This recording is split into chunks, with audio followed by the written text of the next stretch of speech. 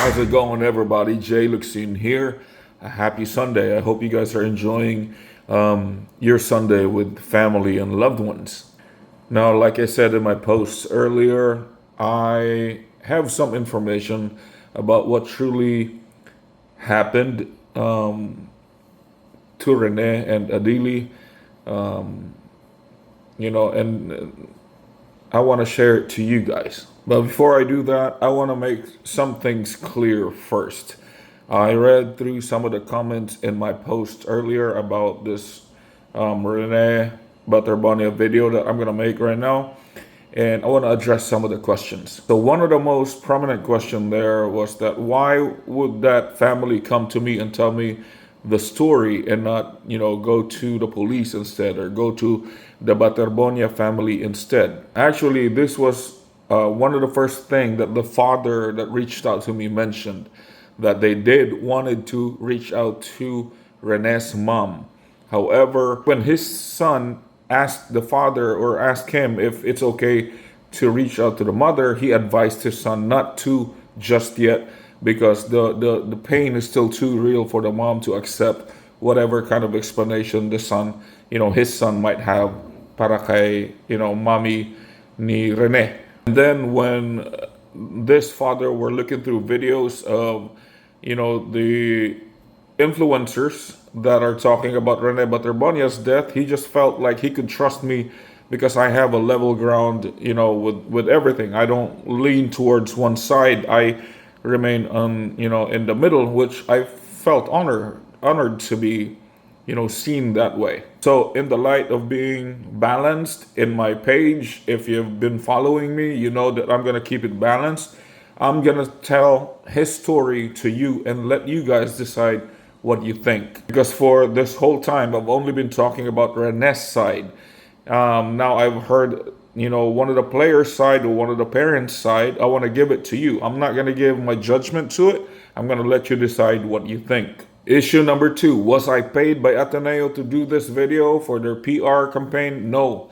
Honestly, if they did offer, to pay me, I wouldn't accept it because I did not start this page to be rich. I did not start this page for, income. I started this page because I felt like the Philippines needed someone that will speak the truth and will stand in the middle, someone that has integrity to do it.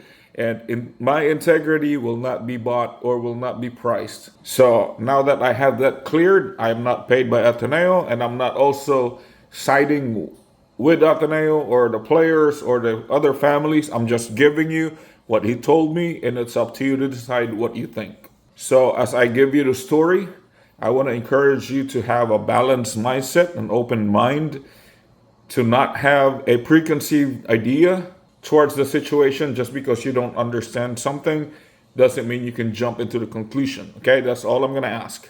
So, about the story, this Aurora training na ginagawa ng Ateneo de Manila, most of the teams sa UAAP does this. They do the training in the water. Itong Aurora training that Tab Baldwin did with Rene's group, this has been the 6th or the 7th time that they've done this. And dati, they used to do it sa La Union.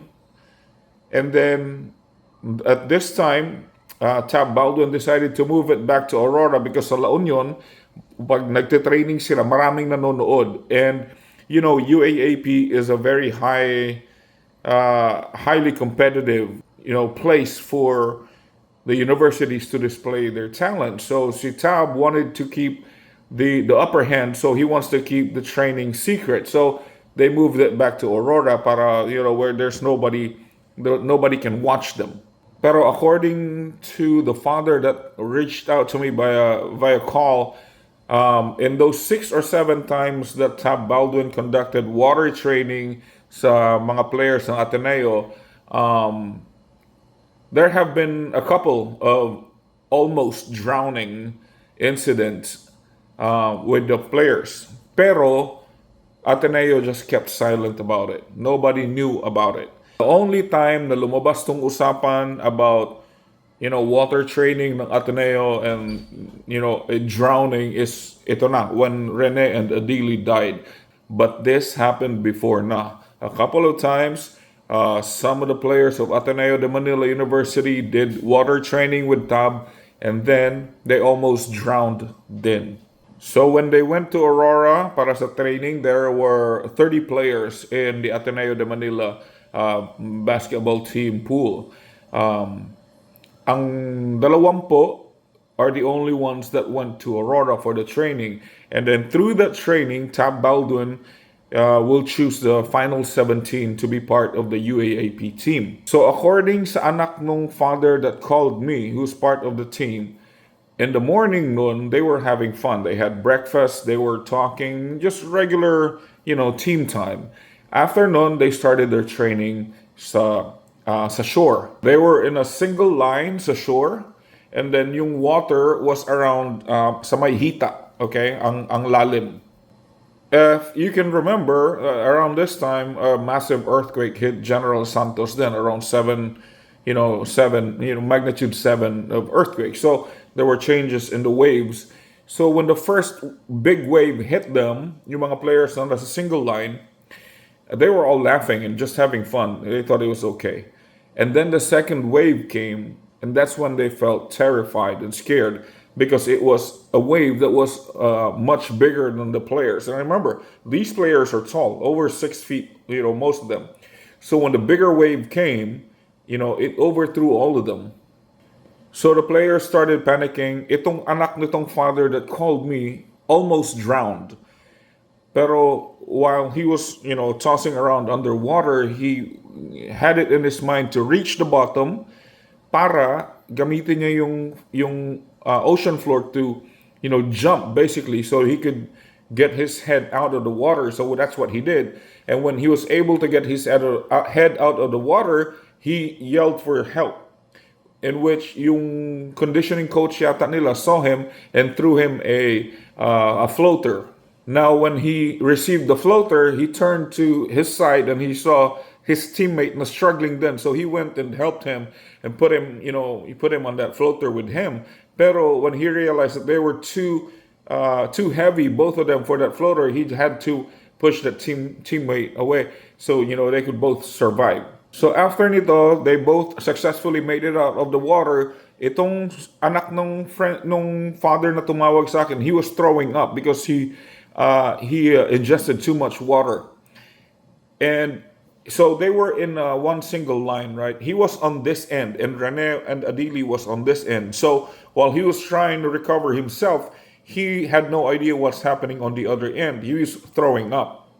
When he finally recovered himself, he turned. That's when he saw his teammates on the other end ng line trying to revive Rene. Now, this is where the story gets interesting. Kasi when they were trying to revive Rene, he said na Rene already coughed out water, and then he still has a pulse. So that was a good sign. Pero pagdating nitong Aurora MDRRMO, yung rescue team from Aurora, nagalit sila why the team was doing CPR on Rene. Yung babae, I forgot her name, ordered everyone to stop doing what they were doing to Rene so they could transport him. But they didn't do anything basically to revive Rene. So he still has a pulse. Nagsumuka na ng tubig, pero the lady ordered to stop everything. And it took them some minutes to take Rene from the shore to the vehicle. And then, according dun sa anak nung father na tumawag sa akin, when they were finally able to move Rene to the vehicle from the shore, wala pa rin ginawa na resuscitation or CPR or continuous CPR to Rene. As you can see in all those photos, he was just laying there inside the ambulance. Nobody was doing anything to him. And then yung resort was 20 to 30 minutes away from, the hospital. And then Adili was not found until 20 to 30 minutes after the incident. So that was his story. After he told me the story, I asked some factual information, or I wanted some facts about the things that we see online, like meron bang hazing nangyari? Rookie initiation ba yun? Yung tali na nakita sa paa ni Rene, was that because of, yung initiation nila. Yung mga images that are circulating online na about Rene, were they real? And then if UAAP decides to suspend Ateneo de Manila, a lot of those things. So according to the father that called me, he said, Jay, my son will not lie to me. Kasi when we heard about what happened, I called him right away and asked him, was there an initiation? May tali ba talaga sa paa? Pinahirapan ba talaga? May weights ba talaga? And he answered no to all of it. He said na it was purely just an accident. We were in a single line. We were going to do training and then two massive waves hit. There were no such things as pabigat sa paa or sa wrists. And a lot of the photos that were circulating online were fake. It's been photoshopped. After hearing the explanation and the story, I still am not 100% in believing all of it because I asked him a couple more questions that I didn't get, a clear answer for. One of the questions that I asked was, why was it only Rene that had broken bones and bruises? Apat sila nalunod. Si Adile, si Rene, yung dalawa other. Why was it Rene lang ang merong mga broken bones and bruises and itong dalawa, survived without a scratch? And he just basically honestly told me that he doesn't know, he can't explain it. So that's another, concern that I have. It's still not explained. And then I asked na if all the other players were at risk that time, then bakit we are not hearing any of the parents suing Ateneo, for putting their son at risk? He gave me an answer to this, but asked me not to mention it yet because this is not his call to make. But there's an answer to it, and I'm just not going to be able to give it to you. And then I asked if UAAP will suspend Ateneo. He told me that that's going to be a difficult decision because ganito yan. If ang Ateneo ang lumapit sa UAAP and said na the basketball team will not play, then it will only be the basketball team that will be suspended sa UAAP. Pero if ang UAAP ang mag-decide na Ateneo will not be part of this UAAP season this year, that means not only basketball, that includes baseball, football, swimming, all of the sports of Ateneo will be suspended for UAAP this season. So it's a difficult decision for them to make because, as you know, this involves millions of pesos. In the end of the discussion, it's about a 40-minute phone call. He said that what happened was an accident, but it was avoidable. If they just had, the Coast Guard help them, or kung walang Coast Guard, yung mga bangka-bangka, just to be on standby and be ready to pick up players if they're having difficulty, staying afloat. If they did it in the swimming pool of Ateneo de Manila because they have a swimming pool there for the swimming team, it could have been avoidable, okay? It wasn't an accident, but avoidable. I don't know what you think about that. Now, sa part naman ng criminal liability with Tab Baldwin, yes, he should be prosecuted for this, and as well as Ateneo, because right now Ateneo is washing its hands and saying Tab Baldwin is not our employee, he's just a consultant. And they're also saying na itong decision ni Tab Baldwin to bring the team to a resort for the training, they have no idea about it, which I think is a massive lie. Because think about it, who pays for the bus ride, the van, for the for the gears to be carried, for the food, for the hotel of all the 20 players that will go to Aurora? You think Tab Baldwin will pay for it? No, he's not. It should be Ateneo. Therefore, they should be directly, involved in this. They can't say na wala silang kinalaman dito, but they're washing their hands. So to end this, I want to give you a disclaimer.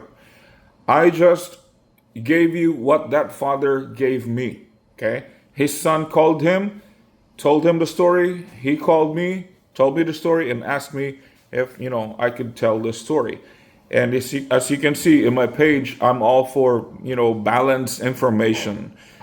Again, I'm not 100% sold into this story because I still see a lot of loopholes into it, but I just want to give you the information and have you decide what you think about it. At the end of the day, I know that the truth will come out, justice will be served.